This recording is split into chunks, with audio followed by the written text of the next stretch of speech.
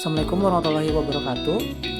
Pada kesempatan kali ini saya akan menjelaskan sedikit materi tentang black box testing. Nah, untuk pengertiannya yaitu black box testing adalah metode pengujian perangkat lunak yang berfokus pada pengujian fungsionalitas perangkat lunak tanpa memperhatikan bagaimana kode internal, struktur atau implementasi program dibuat. Dalam black box testing, penguji hanya menguji masukan atau input dan keluaran atau output sistem sesuai dengan spesifikasi yang telah ditentukan. Tujuan black box testing: 1. Memastikan perangkat lunak berfungsi sesuai spesifikasi. Yang kedua, mengidentifikasi kesalahan atau bug berdasarkan fungsi program. Yang ketiga, mengukur seberapa baik sistem menangani masukan yang valid dan menolak masukan yang tidak valid. Yang keempat, menguji perangkat lunak dari perspektif pengguna akhir.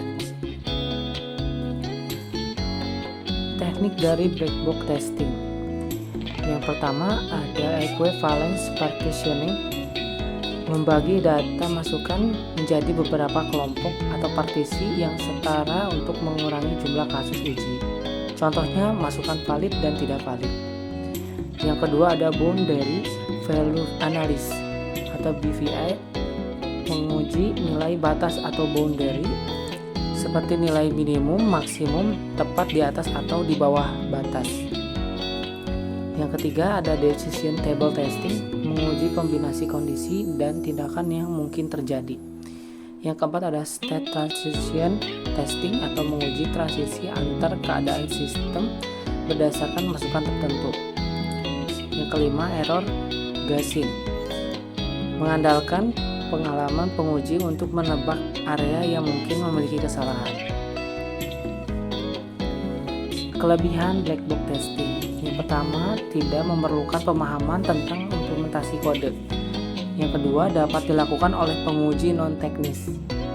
Yang ketiga, efektif untuk menguji fungsionalitas sistem dan antarmuka pengguna.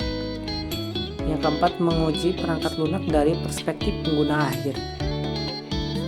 Kekurangan black box testing: yang pertama, tidak dapat mengidentifikasi kesalahan dalam kode internal. Yang kedua, cakupan pengujian bisa terbatas tanpa spesifikasi yang lengkap. Yang ketiga, tidak efisien untuk pengujian sistem yang kompleks. Contoh sederhana black box testing: misalkan terdapat fungsi berikut. Spesifikasi sistem harus menerima angka antara 1 dan 10. Jika angka di luar rentang tersebut, sistem akan memberikan pesan error. Test case: masukkan angka 5 akan memunculkan output valid. Lalu masukkan angka 0 akan memunculkan output error. Masukkan angka 11, outputnya juga error. Dalam pengujian ini, penguji hanya memvalidasi keluaran berdasarkan masukan tanpa mengetahui bagaimana sistem bekerja di dalamnya. Perbedaan black box dan white box testing: ada beberapa aspek, yaitu dari fokus, pengetahuan kode, pelaksana tujuan. Dari segi fokus, untuk black box testing fungsionalitas sistem, untuk white box testingnya struktur dan logika kode. Dari aspek pengetahuan kode, black box testing tidak diperlukan dan white box testing diperlukan. Dari aspek pelaksana, dari black box testing penguji non teknis atau teknis, white box testing yaitu pengembang atau penguji teknis. Dari segi aspek tujuannya yaitu black box testing menguji hasil keluaran sistem. Dari white box testing memastikan logika kode benar.